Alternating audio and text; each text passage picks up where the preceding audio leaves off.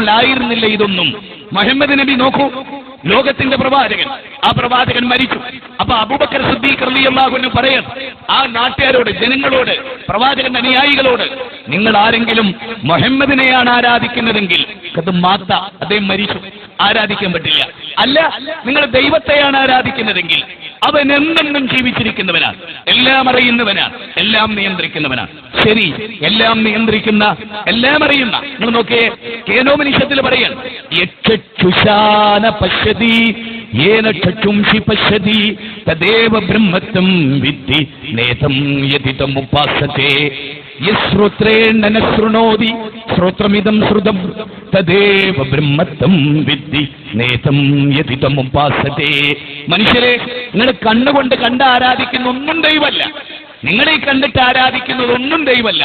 സാക്ഷാൽ ദൈവം ഈ മഹാപ്രപഞ്ചത്തിന്റെ നാഥനാണ്. കണ്ടോ, ഈ മഹാപ്രപഞ്ചത്തിന്റെ നാഥൻ, ഈ മഴ ചൊരിഞ്ഞു തരുന്ന, നമ്മെ നിയന്ത്രിക്കുന്ന, നമ്മുടെ ഹാർട്ടിനെ കൺട്രോൾ ചെയ്യുന്ന, നമ്മുടെ സെറിബ്രത്തെ നിയന്ത്രിക്കുന്ന ലോകത്തിന്റെ തമ്പുരാൻ.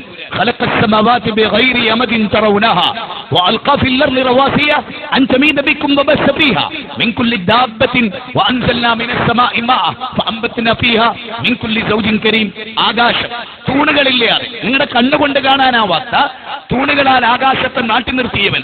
അപ്പൊ ആകാശത്തെ സംവിധാനിച്ചവൻ ദൈവം.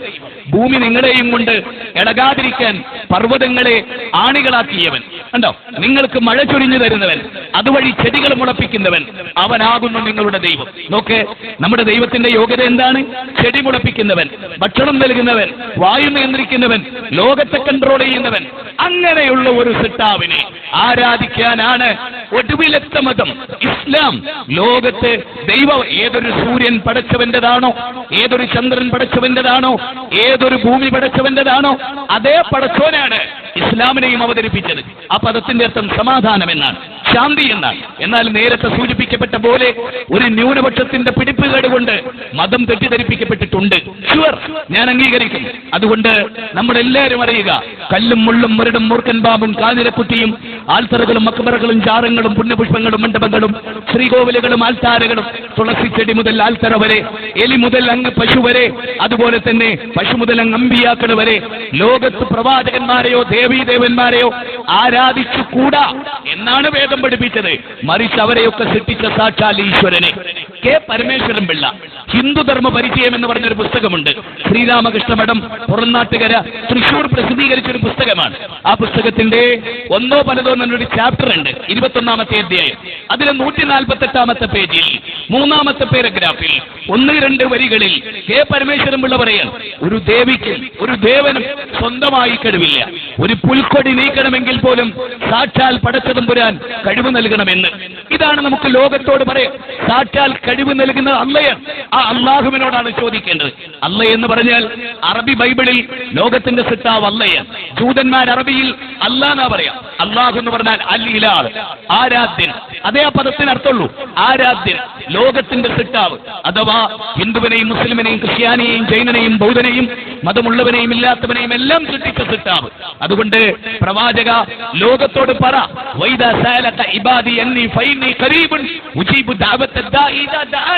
ദൈവം പറയാൻ, നിങ്ങൾ എന്നോട് പ്രാർത്ഥിക്കും.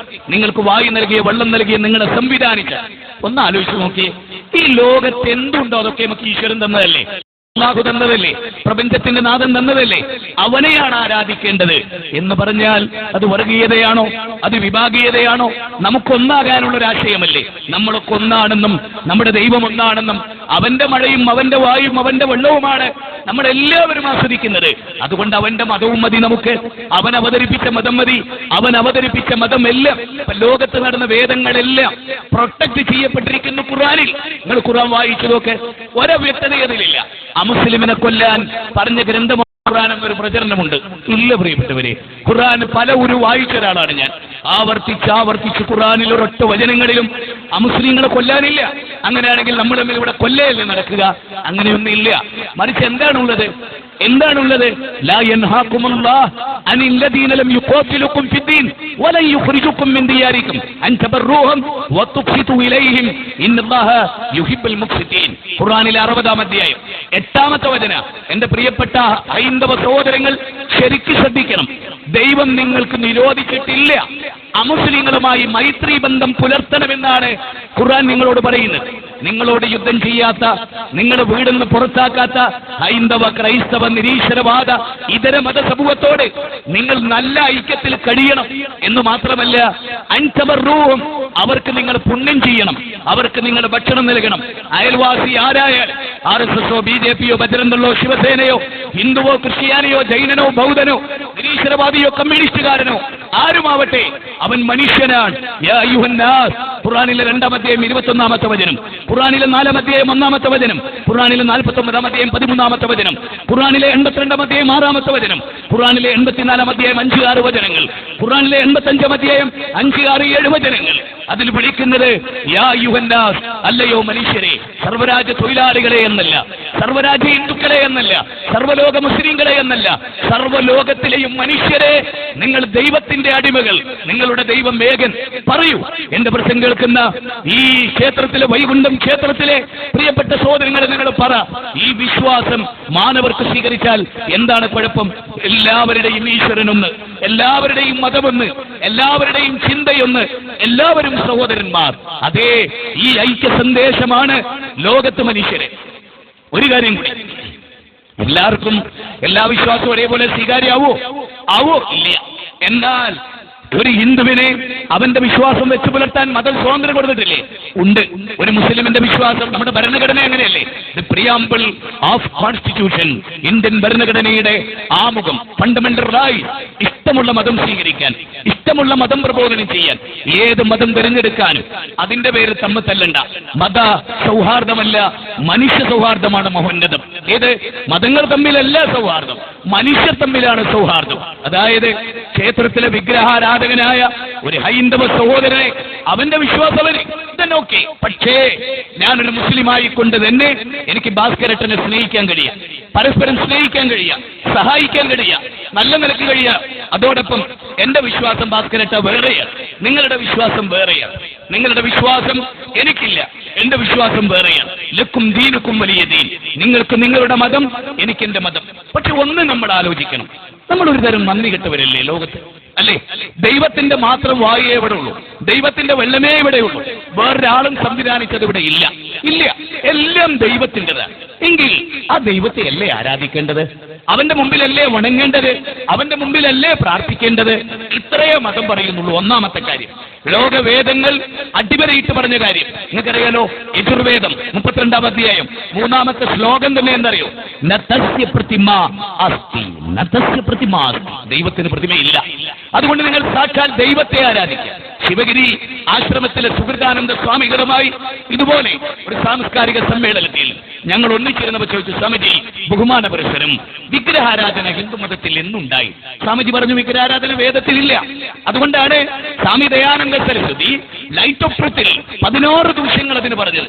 അറിയാലോ, ഇത് മനുഷ്യരുണ്ടാക്കിയാണ്. അവിടെ നിന്ന് നമുക്ക്, നിങ്ങൾക്കറിയാലോ, BR അംബേദ്കർ, നമ്മുടെ ഭരണഘടനാ ശില്പികൾ, അദ്ദേഹത്തിന്റെ പ്രതിമ തകർക്കപ്പെട്ടപ്പോ 4 ആള് കൊല്ലപ്പെട്ടു. നേരെ മറിച്ച് 14ാം നൂറ്റാണ്ട് പിന്നിട്ടു മുഹമ്മദ് നബിയുടെ ചരിത്രം. നിങ്ങൾ നോക്ക്, അദ്ദേഹത്തിന്റെ പ്രതിമയില്ല. അതുകൊണ്ട് തന്നെ അത് തകർക്കപ്പെട്ടിട്ടില്ല. അതുകൊണ്ട് തന്നെ ഹിന്ദുക്കൾ മുസ്ലിങ്ങൾ തമ്മിൽ അടിയില്ല, തല്ലില്ല, സംഘട്ടനമില്ല. അതുകൊണ്ട് നമ്മൾ മനസ്സിലാക്കുക, ഒറ്റ ദൈവത്തെ ആരാധിക്കുക വഴി നമുക്കിടയിൽ ഐക്യമുണ്ടാകും, ഐക്യമേ ഉണ്ടാകും. അതാണ് വളരെ പ്രധാനം.